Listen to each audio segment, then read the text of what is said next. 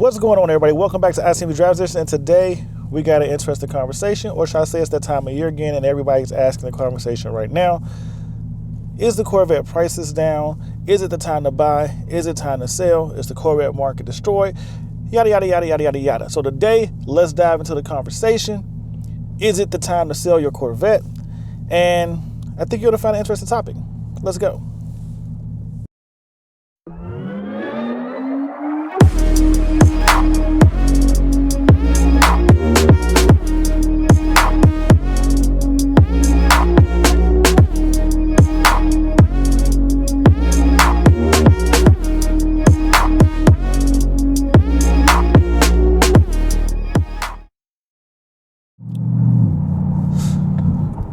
All right, so is it time to sell your Corvette?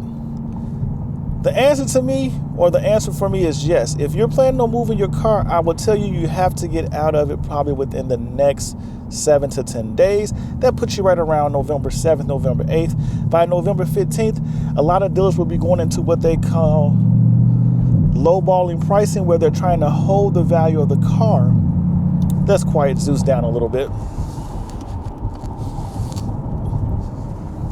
A lot of dealers will be going into what we call holding back profit on the car in expectations for what they will have to sell the car for coming in March, because they're going to have to hold on their floor plan for at least, I want to say, 2 to 3 months at a minimum, probably 4 to 6 being more realistic.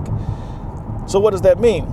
That means right now, although your Corvette may actually have a hot value coming into the spring, you're starting to see that value fade heading into the fall or the winter, because they don't want to, well, let's just say we know it's not the ideal time for people to be buying Corvettes. And with that thought in mind, that means if you're really looking to get your hands on a Corvette, this is the time you should actually look to do it. Honestly, I would say if you're looking to get your hands on a Corvette, you might want to consider looking to get into a Corvette somewhere around Thanksgiving to Christmas. You'll probably get the best deals and offers on the car, because no one's really shopping for convertibles or coupes at that time of year, especially high-performing sports cars. So it's the ideal time, or the ideal time that the market favors buyers. It doesn't favor sellers. Now, part of the reason why this conversation is so interesting for me is because at this point, if you haven't been following the channel, if you do follow the channel, you know I'm about to get rid of my car. So this Corvette you see me sitting in, aka Zeus, he will be gone shortly. Yeah, I know. I've been saying that for quite some time. But trust me, Zeus will be gone shortly. I will not carry him into the winter. He will not be sitting in my garage this winter and waiting for the spring to come back through. I'm going to do something different. The question is just what? But because of that, I know my window is closing on getting the max value for the car.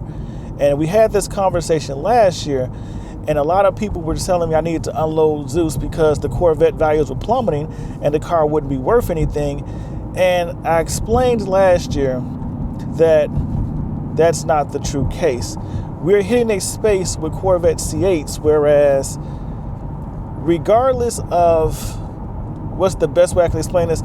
Regardless of how long you hold them now, or at least in my case, when you hit this window, which is the downside of your car, you will always have equity in the car. You will never remain upside down the entire time span. And being truthful with you, just to go back to the fact I did pay over MSRP for this car, a lot of people criticize that decision. And the only thing it truly hurt me on, just being completely honest, is probably being further into an equitable situation. But honestly, I was never in a situation where I couldn't get out of the car, or I was buried in it. And I think that's the misbelief that a lot of owners have, or should I say people have, when they believe someone paid over MSRP for the car, is that they are buried inside the car.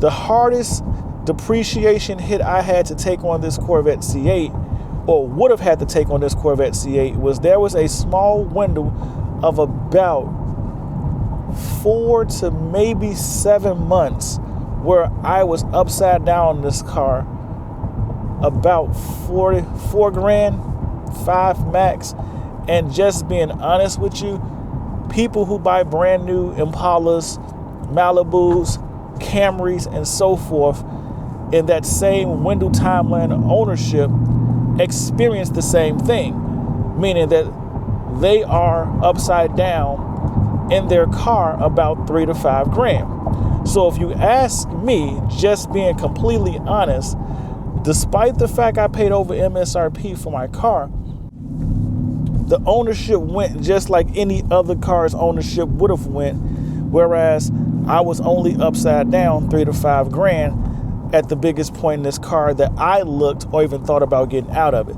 So if that was all I lost, I don't feel like my over MSRP payment or purchase was a bad one. Today, I have a couple deals working that I may pursue. I'm about $7 grand worth of equity into this car. Last year we was having this conversation. It was a break even slash, I'm not even gonna say last year, earlier in the year around the December, January timeline, it was a break even or be upside down $1,000. And people kept saying then, oh, you might wanna move it now because you're gonna be buried in that car.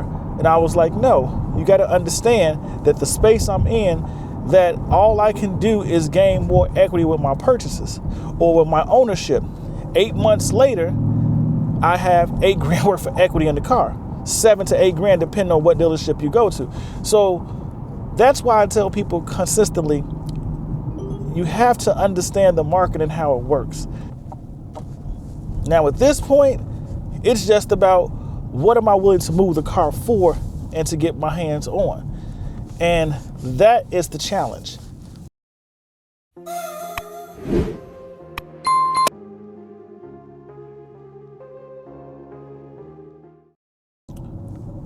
So when we talk about, is it the time to sell your car? I know a lot of C8 owners are in that space where they're wondering, is it time to make the next move? And honestly, the real question is, do you sell your car and get the tax savings? Or do you sell your car and unload it for the cash or just walk away from it and then walk back into an upgrade at the beginning of the next year? And I'll be honest with you, that's always the struggle for most owners. Like myself, I'm not really looking to sit idle over the winter. So I'm probably going to get into something else. I consider upgrading, but I know myself, and there's a video coming out talking about why I have to move my C8, so stay tuned for that. But I know myself, I will never upgrade from Zeus into a car that is pretty much similar to Zeus, but I'm just paying extra money for the horsepower. To me, it's hard to justify, and this is just me, it's hard to justify upgrading to, say, for instance, the C8Z06 for about 40 or 50 grand more for that type of performance, when I can go out and, say, for instance, Callaway the car for half of that, if not less, and get more performance. It's harder for me to sit there and say, let me decide to go out and upgrade to a C8 E-Ray. Well, the E-Ray is almost a better upgrade option for me, but honestly, compared for the type of driving I enjoy and like to do, the E-Ray doesn't really make sense. And I've had multiple videos discussing that. So if you really want to get in depth in that, look at my E-Ray footage videos, and we kind of discuss in every video. So with that being said, the most logical answer for me is to go out and get something else to enjoy. And since I know I'm not going to own this Corvette next year, my question is, why continue to spend money into a car that I know I'm not going to keep? So that's what makes moving Zeus for me right now more of a high priority. And since it is a high priority to unload this car, I have to understand that if I don't do it by, say, November 8th, the market space or the value for what I would get offered for this car will go down. And honestly, just paying interest to offset the the value I would get waiting until, say, maybe April or May doesn't make sense. So Zeus will be unloaded shortly. And if you're in that same situation where you're having those thoughts, those are the values and the numbers you have to weigh, because your car is probably going to lose $2,000 in value within the next 10 to 14 days just on appraisals alone and cash offers. And then once that happens, are you now stuck in your car where you're paying money into it, hoping for the return on the back end, meaning next season? And being really honest and truthful with you, if you have a 2022 or newer, selling your car right now is probably ideal.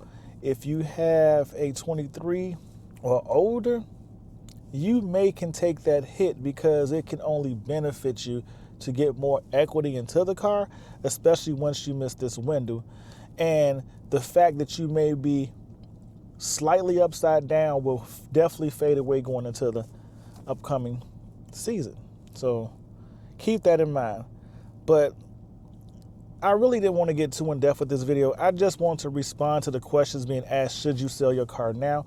And the answer is yes. If you got some more specific type or more detailed information you want to get into, hit me up in the comments below. I'll definitely respond. I'll answer them. I'll give you my expert opinion on you. Let me know. ICNV Driver's Edition. Go ahead, hit that like button, subscribe to the channel, join the ICNV Driver's Edition community. Like I stated before, we are an interactive community, which means if you hit me up on any one of my social media platforms or in the comments below, I'll do my best to respond. If the topic you ring up is interesting enough, I may even shoot a video on it. But don't forget, we were all made in his image and given dominion over the world, which means we weren't just meant to be.